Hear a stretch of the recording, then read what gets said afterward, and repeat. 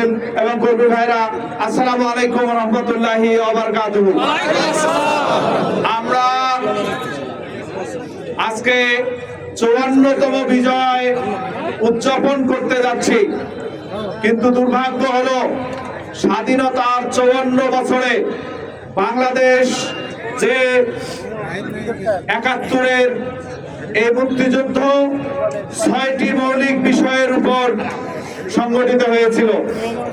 আমরা স্বাধীনতার 54 বছরে এই 6টি মৌলিক উপাদানকে আমরা বাংলাদেশে কার্যত বাস্তবায়ন করতে ব্যর্থ হয়েছি। এই ব্যর্থতার মাধ্যমে আমি মনে করি যে স্বাধীনতার 54 বছরে যারা বাংলাদেশকে শাসন করেছে তারা আমাদের শহীদ জাতির শ্রেষ্ঠ সন্তান মুক্তিযোদ্ধাদের রক্তের সাথে বেইমানি করেছে।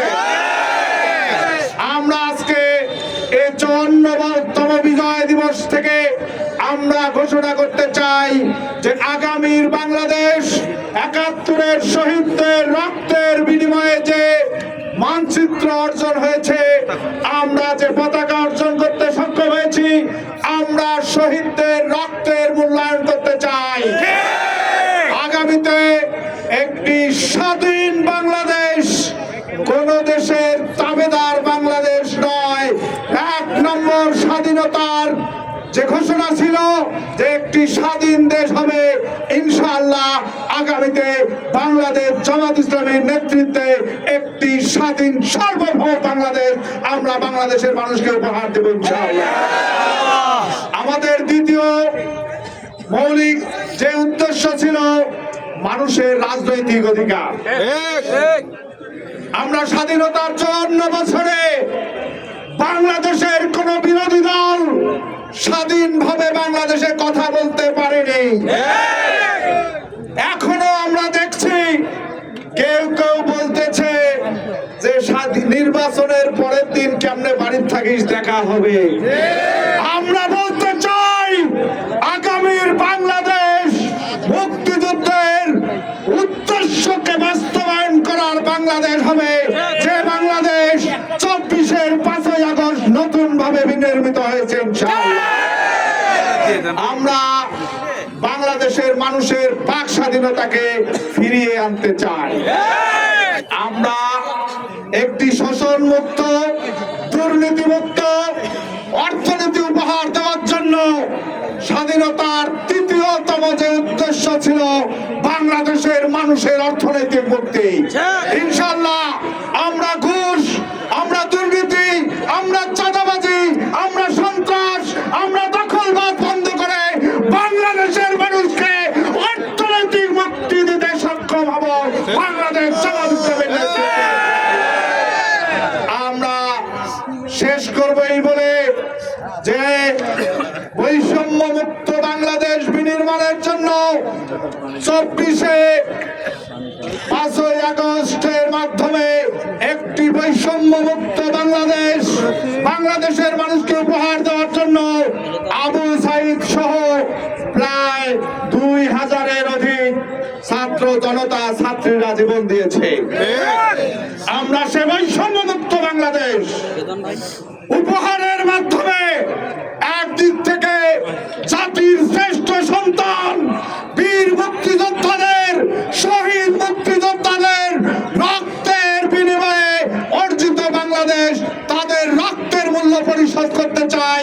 আগামীতে একটি ঐক্যবদ্ধ বৈষম্য মুক্ত ধর্ম, বর্ণ, জাতি, গোষ্ঠী নির্বিশেষে একটি সোনার বাংলাদেশ উপহার দেওয়ার মাধ্যমে এই বাংলাদেশ বিনির্মাণের জন্য আজকে 54তম বিজয় দিবসে আমাদের শপথ হবে যে আগামীর বাংলাদেশ একটি শোষণ মুক্ত বাংলাদেশ, আগামীর বাংলাদেশ একটি ঐক্যবদ্ধ বাংলাদেশ, আগামীর বাংলাদেশ একটি সাম্যের বাংলাদেশ।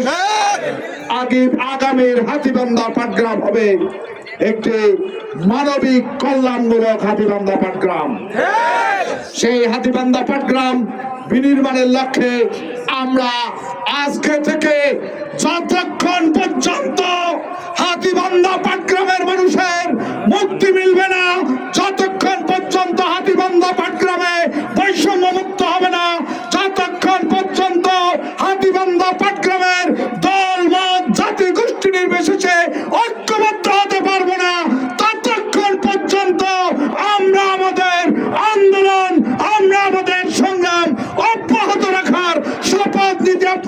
প্রস্তুত আছেন কিনা?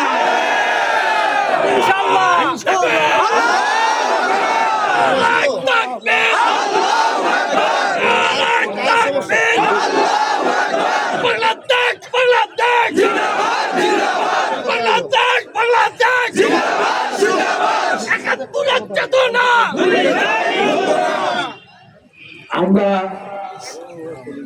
স্বাধীনতা বিক্রি করতে চাই না। আমরা স্বাধীনতার চেতনা যে ধারণ করবে তাকে দুর্নীতিমুক্ত হতে হবে। স্বাধীনতার চেতনা যে ধারণ করতে হবে তাকে চাঁদাবাজ মুক্ত হতে হবে। স্বাধীনতার চেতনা যে ধারণ করবে তাকে মানুষের মৌলিক অধিকার নিশ্চিত করতে হবে। স্বাধীনতার চেতনা যে ধারণ করবে তাকে আবার কৃষকের অধিকার ফিরিয়ে দিতে হবে। স্বাধীনতার অধিকার যারা ধারণ করবে তাদেরকে চাঁদাবাজ বন্ধ করতে হবে। স্বাধীনতার অধিকার যারা ধারণ করবে তাদেরকে বাংলাদেশের নিরীহ জনগণের উপর দমন নিপীড়ন থেকে নিজেকে মুক্ত থাকতে হবে। তাহলেই আমরা মনে করব তারা সত্যিকার অর্থে স্বাধীনতার প্রেমিক। আর যদি তা না হয়, বাংলাদেশের মানুষ তথা কথিত আপনাদের চেতনাকে আর বিশ্বাস করে না। বাংলাদেশের মানুষ তাদেরকে বিশ্বাস করতে চায় যারা স্বাধীনতার এই উদ্দেশ্যগুলোকে ধারণ করে জনগণকে তা উপহার দিতে চায়। তাই আসুন আমরা ঐক্যবদ্ধভাবে স্বাধীনতার সত্যিকারের উদ্দেশ্যকে বাস্তবায়নের লক্ষ্যে জীবনের শেষ বিন্দু রক্ত থাকা অবস্থায় এদেশের 1 ইঞ্চি জায়গাও কাউকে অন্যায় ভাবে দখল করতে দেব না। বাংলাদেশের ঘরে ঘরে শান্তির বাতাস দেওয়ার জন্য জামাত ইসলামী, ইসলামী ছাত্র শিবিরের সকল নেতা কর্মীদেরকে জীবনের শেষ রক্তবিন্দু পর্যন্ত লড়িয়ে যাওয়ার উদাত্ত আহ্বান জানিয়ে আজকের এই বিজয় র্যালির পূর্ব উত্তর কথার এখানে সমাপ্তি ঘোষণা করছি। আল্লাহ হাফেজ। বাংলাদেশ জিন্দাবাদ। বাংলাদেশ জামাত ইসলামী জিন্দাবাদ।